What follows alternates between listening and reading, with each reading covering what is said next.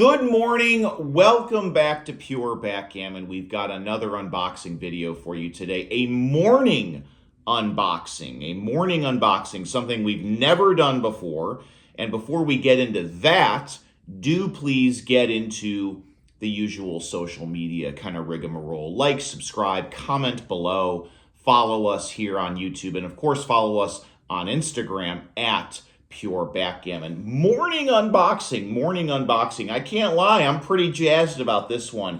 It's a beautiful Monday morning here where I live. The Chicago Bears did not lose at football yesterday because they were on the bye week.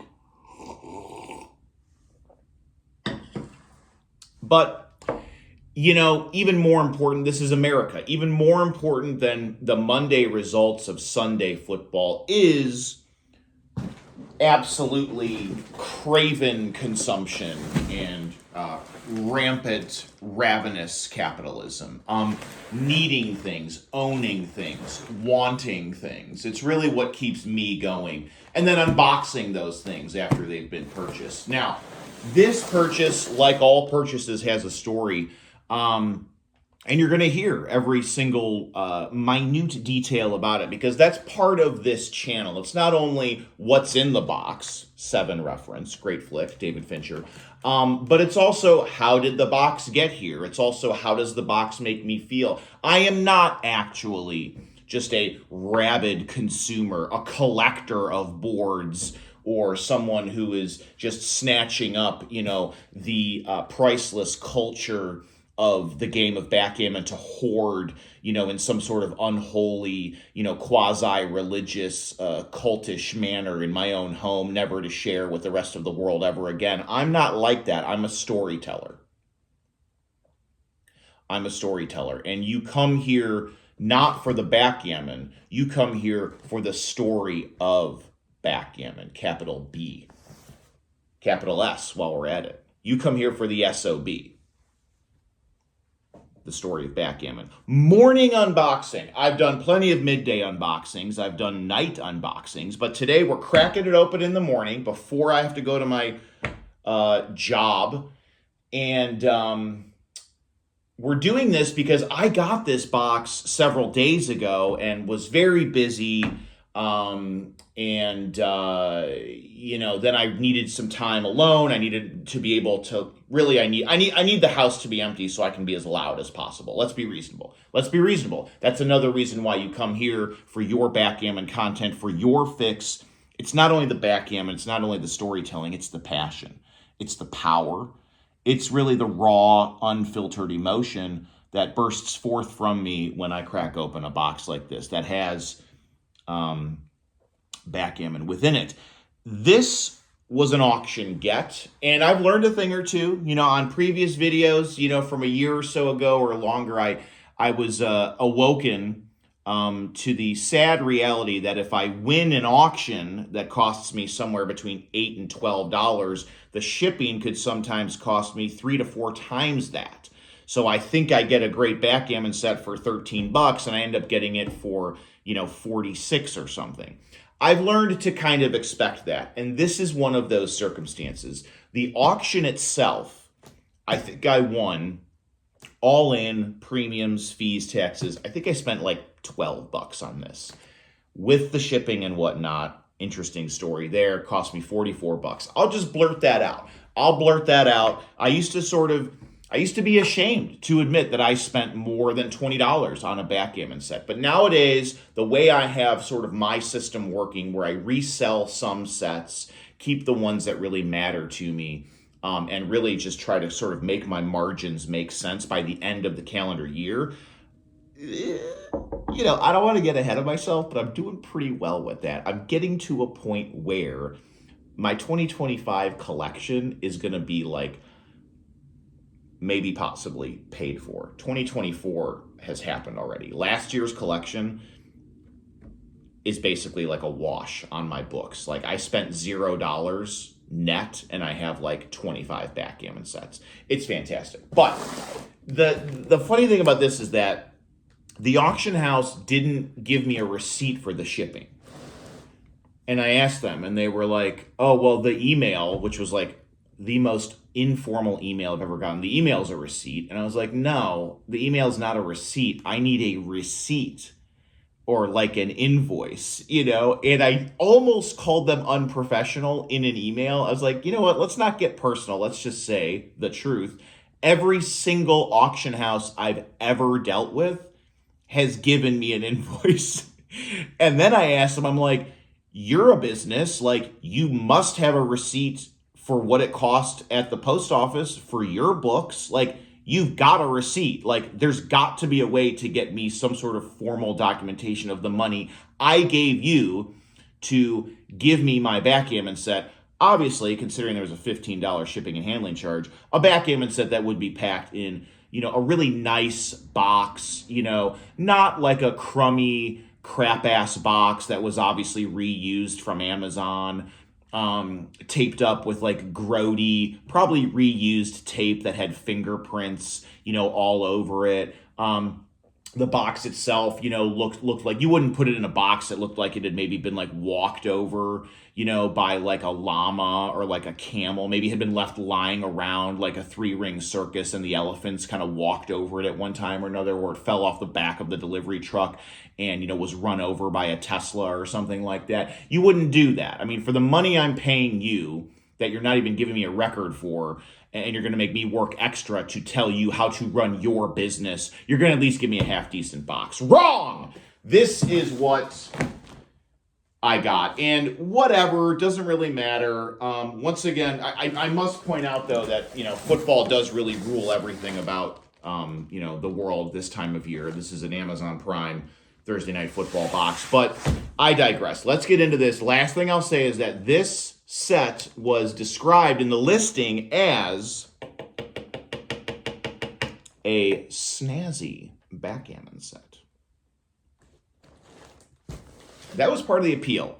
This business doesn't know how to like maintain financial records, but they at least know how to kind of describe backgammon sets. So I'll give them credit for that.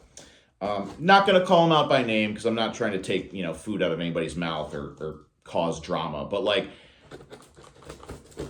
I mean, last thing I'll say, but like, come on, like you don't have an invoice for your customer. Customer gives you money. Okay. Item 1, you are a business. Item 2, you have customers. Item 3, customers give you money for goods and services. There's no item 4 there in your business model, because almost every single business in the history of,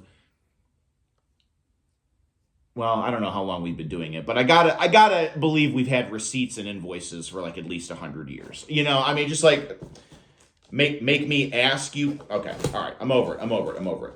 What will make this all worthwhile is if this snazzy backgammon set is indeed snazzy.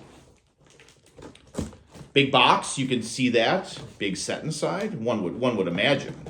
Sorry, maybe I shouldn't do these morning unboxings. I'm a little all over the place. I haven't had enough Bears non-loss coffee this morning. I'm kind of all over, but I am excited. I am excitable, and I am getting into this. Okay.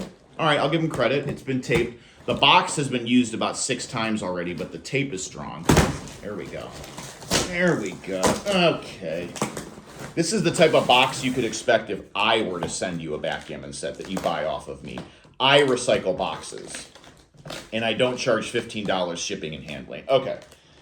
All right. Stop complaining about the money and get into the real meat of this excursion. Careful. Okay, it is securely packed. We do like that. Good grief. Is it ever? Okay.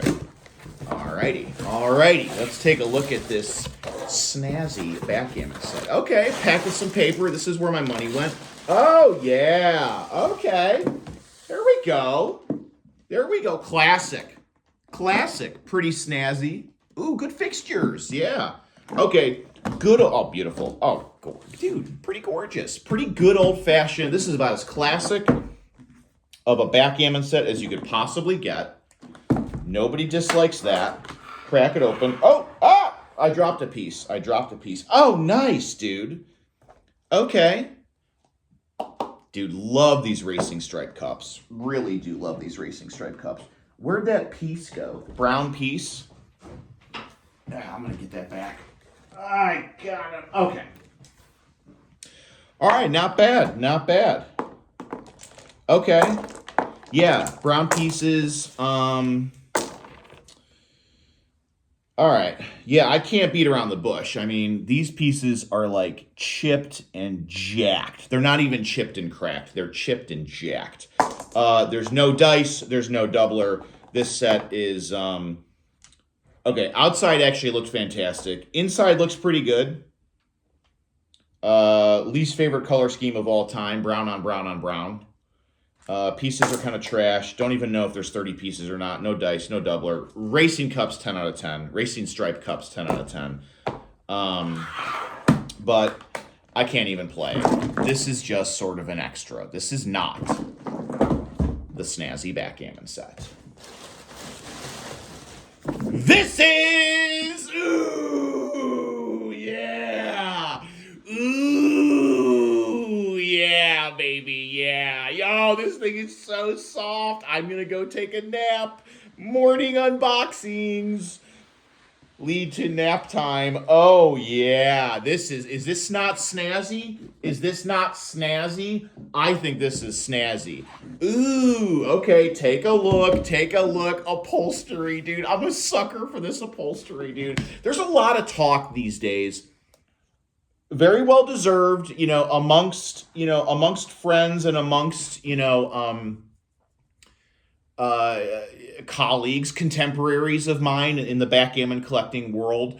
Not throwing shade at all, but there's a lot of hijinks, a lot of discussion, discourse, and sort of a mad dash, a gold rush, if you will, of people trying to obtain J. Subotnick backgammon tables, which were made in LA in the 70s and 80s. Beautiful bakelite pieces, gorgeous, gorgeous. And they're popping up. I mean, I don't know if it's just sort of, I don't know. It's a weird coincidence, a confluence of events. Venn diagrams in my world sort of interchanging and interlocking. Backgammon tables, fine, very cool. I mean, I wouldn't mind having one, someday. Fine. These J. Subotnick tables look beautiful. I've commented often about bakelite pieces and how people are just like obsessed with bakelite. Bakelite is selling for outrageous markups and that sort of thing. There's all sorts of, people really like Monopolis boards, which are, they're made overseas. I believe you'd think they're Greek. I don't know, maybe they're Turkish or something else, or Cypriotic, from the island of Cyprus. But anyway, they're European wooden boards. Look, everybody's got their taste, and that's what's great. And that's what's great about backgammon. There's so many different kinds of backgammon sets, right? I'm a sucker for these grandma boards. Yeah, I know it, you know it. I know who I am. That's part of growing up and maturing and being a backgammon collector is learning who you are as a man. And I am the type of guy who wants a backgammon set that I can, blast you in a 17-point match and just blow you out of the water and take your money and send you home to mama crying with your tail between your legs, and then put my head down on the actual backgammon set and take a nap and dream about winning Monte Carlo. I want a nice, soft set like this. Okay, so let's take a look. Okay, cannot tell a lie. Little bit of little action there. Little action there on the bottom. Some scuffage, no problem there. Oh my gosh, I'm loving this. It looks even better on camera. It looks vaguely almost green on camera. It's not. It's like black, brown, red, cream. Good leather. Great handle. Another scuffage there on the top. That's fine. Great latches, but we know what it's all about. What it's all about is the reveal.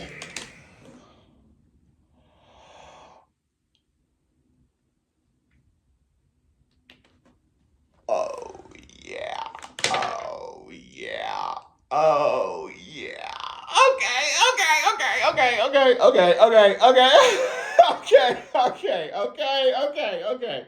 I gotta calm down a little bit here. Okay, this is we're not yeah, get the football mug out of my shot. We're not talking football anymore. We're in the meat of it here. Oh yeah, look at trip lip dice cups. Oh yeah. Oh my goodness. Ooh, it's really well made. It's the points are sewed down. Look, hopefully you can see the points are like no like edges of the points peeling up or anything like that. It's really well made. This is oh my gosh, if I didn't know any better, I'd say this is like cowhide. It feels like an animal hide in here. Oh, dude. Okay. Okay. All original dice. Nice little doubler. Not a large doubler, but obviously original to the set. Um, Dice are cracked a little bit. That's too bad. Yeah, wow. Okay. So both of the cream dice, maybe you can see that. Yeah, you can see the hairline crack there on the number 4. Um, these are okay, so whatever. The dice are the dice, but the pieces. Oh yeah, dude. Oh, look at they're like these are like caramel pieces. Oh yeah, dude. And then we've got red pieces, which are fantastic. Oh, dude. Okay, I gotta set this up. I'm liking this. Oh, this is large, yo. This set is large, yo. Quite large. I'm trying to eyeball it. Of course, I'm gonna do my measurements in a moment here, but this looks like something else entirely. Yeah, okay, I got it. I'm lost. I'm overwhelmed. Very pleased. Dude, the interior of this set is come on, bro. These dice cups. Look at these dice cups, yo. Okay, doubler. Yeah. How big is this thing? Oh, 23. Okay, looks bigger. Optical illusion with the flannel, maybe? Maybe the 18 and a half. Nice and big, though. Nice and big. It's a big boy. I told you this year, 2025, I'm buying big boys. Ideally, I'm buying big boys. I mean, if a mid-size freebie just happens to like slip in there, I mean, I'm not going to turn it down, but big boys. Okay, let's do something else that I haven't. Okay, yeah, a little bit of slop down there, which is to be expected from a board like this, vintage kind of department store style-y. Oh, bro, it's not a bad board. It's not a bad board at all. Okay, let's play it out. So my dog is excited about this, actually.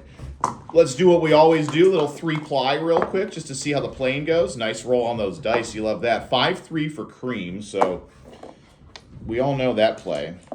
And how does red answer? What does red get here, first roll? Double 4s. Nobody hates that. I'm always kind of torn on double 4s, actually. Do you want to just run and get the heck over here? I mean, obviously you want to at least make the 20 point there. And then, I don't know. And then do you make the 2? I don't think you make the 2. I think that's better, personally. Okay, good start for red there. Good start for both of them. Cream gets 5-1. A little tricky. Bring one down here. I would split. That's your best move. Okay, second move here for red. Yeah, good action. Let's really get a throw here. Let's really see what the dice action is like on this bad boy. 6-2. Decent dice action. Not the liveliest set I've ever rolled on. 6-2 for red. Okay, I think you gotta go sacrifice the 9 for the 7 points. So you got a little bit of a prime there. Okay, last roll for cream, unless things get interesting. 4-1.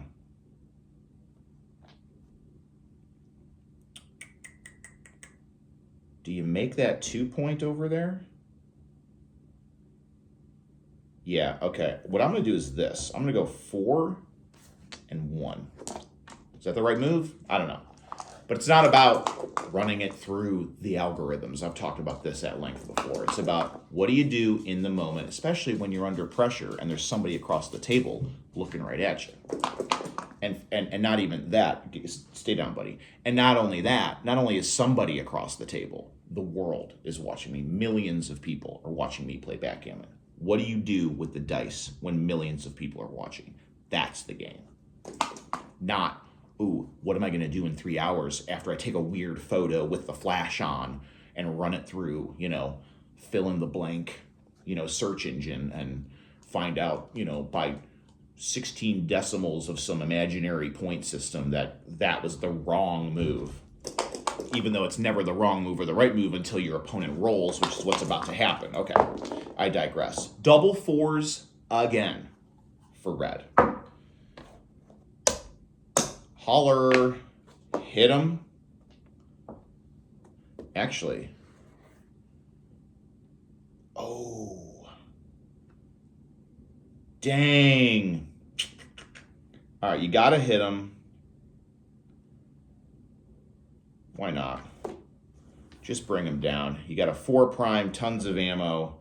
You're past almost everybody. And nobody's going to get hit. Yeah. Okay. Fantastic. Dude, okay. Dude, what is this? Is this really, this cannot really be, is it suede? Dude, is it suede on the inside? This is a pretty great set. Let's sort of get, oh, you know what I didn't measure yet? The pieces. The pieces are like inch, like they're inch and 3/8. Yeah. So they're not even that huge of pieces. It's not even that huge of a board, 23 by 18. But we love the outside. Yeah, let's okay. Now let's sort now we're reverse assessing everything. Oh god, but yeah. Okay. Pieces are in great shape. Nice fit there. Love that. Original dice, original doubler. We did see some imperfections with the dice, which is what it is, but that's fine. I don't think people talk about the sound of backgammon enough. I mean, that clickety-clackety, and other sets, this is a rather quiet set. That's why I love these old school kind of grandma sets, because of that noise. You can play long into the night and not wake people up. You play on a Jonathan Adler, you play on one of those Monopolis boards, it's clickety-clackety, you're going to wake up the baby in the next room. You can't play after 1 a.m., and who wants to stop playing backgammon at 1, 2 a.m., Not me, not you. We know it. We know that to be true. Nobody's angry. Dude, come on. Does chess make noise? Is there any noise in chess? Chess brings nothing to the table in the, oral fixation category. AURAL. Look that up. Okay. Interior of this board, absolutely no BS, no cope, 11 out of 10. An absolutely fantastic interior, both in terms of craftsmanship, how well it's held up over the presumed years, the materials used, and the aesthetics, the color scheme. It's a lot of brown. We know I don't love brown, but especially the way the red pops off this brown. These are, the points themselves are kind of like tan or beige. The pieces, I would say, are kind of like caramel. All original pieces, love that. 11 out of 10 for the cups. Triplet matching the exterior of the set. Just too gorgeous. Just too snazzy. It's snazzy, that's for sure. Dice could probably use an upgrade. Let's be reasonable. But 11 out of 10 interior, 11 out of 10 cups, 10 out of 10 pieces, 5 out of 10 dice. I can be legit about that. I can be honest about that. 5 out of 10 dice. And then exterior, I think I got to give it a 9 out of 10 just because these fixtures look fantastic. Especially the clasps, nice and shiny. The design in general, the design from afar is 10 out of 10. When you get in a little bit closer, you got to ding it, much as the case itself is dinged. You got to ding it a point or two. So 9 out of 10 exterior. Overall, this is a great get. And then you throw this thing in. The pieces are kind of garbage, but I throw some dice in here. Maybe I sell this thing or even donate it to somebody who needs it. Anyway, I got 2 sets for $44. One of them is an absolute masterpiece, and that's the one I wanted. And this is the one that's snazzy. And the other one, is what it is. Good looking outside, Find some new pieces, jazz it up, new dice, different pieces.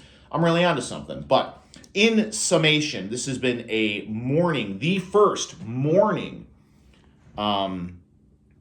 backgammon unboxing, and we're really pleased with it. We're really pleased with the haul. This is what we were looking forward to, the big boy. Again, this one's just sort of extra, doesn't really matter.